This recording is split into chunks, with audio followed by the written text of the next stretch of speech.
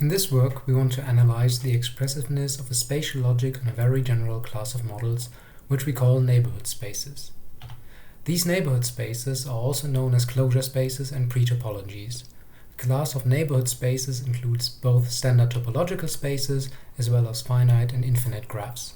Jianxia and others have defined a spatial logic with respect to these spaces called spatial logic on closure spaces, or SLCS for short. This logic has similarities to temporal logic in the sense that it contains a nearness modality, which on graphs resembles the next operator and until-like path modalities. The goal of our work is to analyze the expressiveness of SLCS on the class of all neighborhood spaces. In particular, we want to examine what kind of properties cannot be expressed in SLCS. To that end, we define two notions of bisimulations, neighborhood bisimulation and path-preserving bisimulation, and show which modalities are preserved by these two notions. Formally, a neighborhood space consists of a set X together with a neighborhood system eta for every point in X. For every point Y, this neighborhood system is a filter. That is, it is a subset of subsets of X called neighborhoods of Y, such that Y is an element of each neighborhood. The intersection of a finite number of neighborhoods is again a neighborhood, and if n is a neighborhood of Y, then every superset of n is a neighborhood of Y as well. With this definition, we can define generalizations of typical topological notions. For example, the interior of a set A is defined as all elements in A that possess A as a neighborhood. An element Y is in the closure of a set A if every neighborhood of Y has a non-empty intersection with A. Similarly to topological spaces, we call a set open if it coincides with its interior and closed if it coincides with its closure. For example, we can read every graph, be it finite or infinite, as a neighborhood space as follows. For every node X, the neighborhood system of X are all sets that contain X as well as its immediate successors.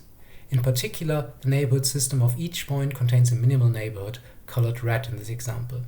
In such a case, we speak of a quasi-discrete neighborhood space. To get the standard topology on the real numbers, we define the neighborhood system of a point X as follows. Eta of X contains all open intervals from A to B that contain X, as well as supersets of these intervals. It can be seen that every such neighborhood contains an open neighborhood in this case. In such a situation, we have a topological space as usual. On quasi-discrete spaces, the closure and interior operators behave differently than on the well-known topological spaces. The main difference is that these operators are not idempotent.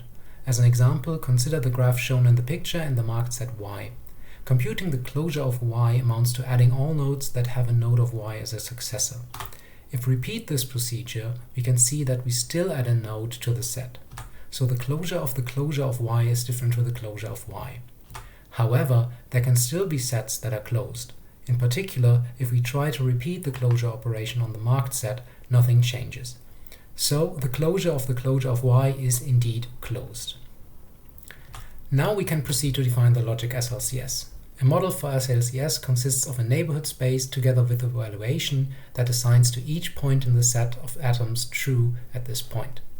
For simplicity, we'll use a quasi-discrete model as an example. In this particular case, the valuation assigns at most one of the atoms blue, green, and orange to each node. The syntax of SLCS consists of standard propositional logic together with three modalities: near, reachable, and propagates. A point satisfies near blue if it is within the closure of the set of blue nodes. That is, whenever there is a blue node in at most one step distance. Hence, all blue nodes satisfy near blue, but also all nodes that have a blue node as a successor. The propagate modality is a binary modality that expresses the existence of a path. The second parameter describes the target of the path, while the first parameter defines an invariant that needs to hold on all nodes until the target is reached. For example, green propagates orange is satisfied by a node if it is the start of a path of green nodes that finally reach an orange node. Here, this is the case for the green nodes in the bottom row. The other two green nodes do not satisfy the formula, since there is no path going exclusively through green nodes and reaches an orange node. The reachability modality is similar, but specifies backwards paths. For example, blue reachable green is satisfied by a point X if it lies on a path starting in a green node, and this path afterwards visits only blue nodes until it reaches X. This is the case for the blue nodes on the right.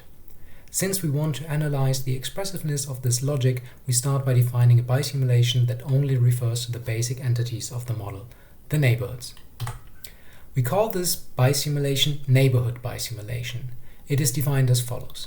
A relation Z eta is a neighborhood bisimulation between model 1 and model 2 if for all x1 and x2 of the respective models the following conditions hold.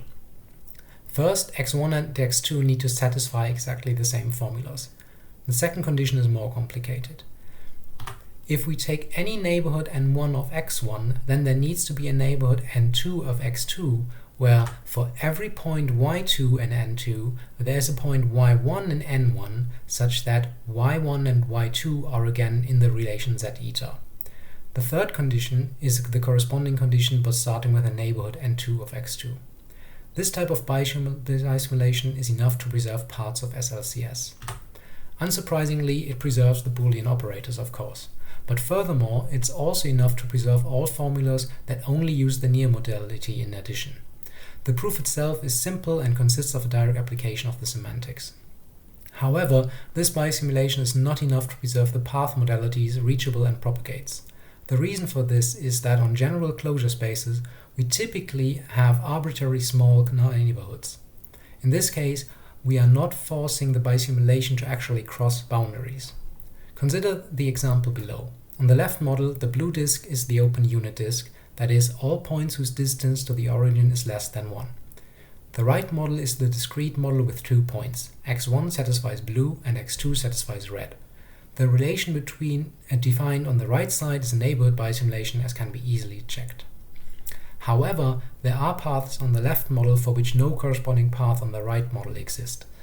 An example is the path starting in the origin and just going outwards along the x-axis.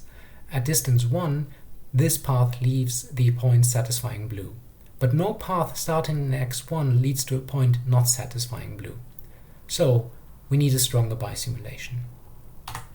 To that end, we use an approach inspired by the work of Kurtonina and Derrike on temporal logics with an until operator. Instead of a single relation, we employ 3 distinct relations. The first one, Z eta, is just a neighborhood bisimulation as defined before. The other ones, Z1 and Z2, however, relate paths and indices of both models. We will specify the conditions on Z1, which relates paths on model 1 to paths on model 2. For any 2 points x1 and x2 that are related by Z eta, every path P starting in x1 and ending in xs, there needs to be a suited path on model 2 starting in x2 and an index t such that P at s and Q at t are in the neighborhood bisimulation Z eta. Furthermore, for any index j between 0 and t, there needs to be an index I between 0 and s such that P at I and Q at j are in the neighborhood bisimulation Z eta. This definition ensures that every path starting in x1 can be simulated by a path starting in x2. Z2 is defined similarly, but starting with paths on model 2. However, this does not mean that Z2 is just the inverse to Z1. Additionally, we have conditions for paths reaching x1 and x2 instead of starting in these points. This bisimulation is now strong enough for our purposes. Indeed, we can show that if a point x1 is bisimilar to a point x2, they satisfy exactly the same SLCS formulas. As usual, we can use this result to look for properties that are not expressible by the logic. In the paper, we used the 2 separation axioms T0 and T1 and connectivity as examples. A space is T0 separated if any 2 points that are in the closure of each other are in fact the same point. It is easy to check that the model M1 is T0 separated, but M2 is not. In M2, the points y0 and y0 prime are in the closure of each other, since y0 is the successor of y0 prime and vice versa. However, there is no such situation in M1.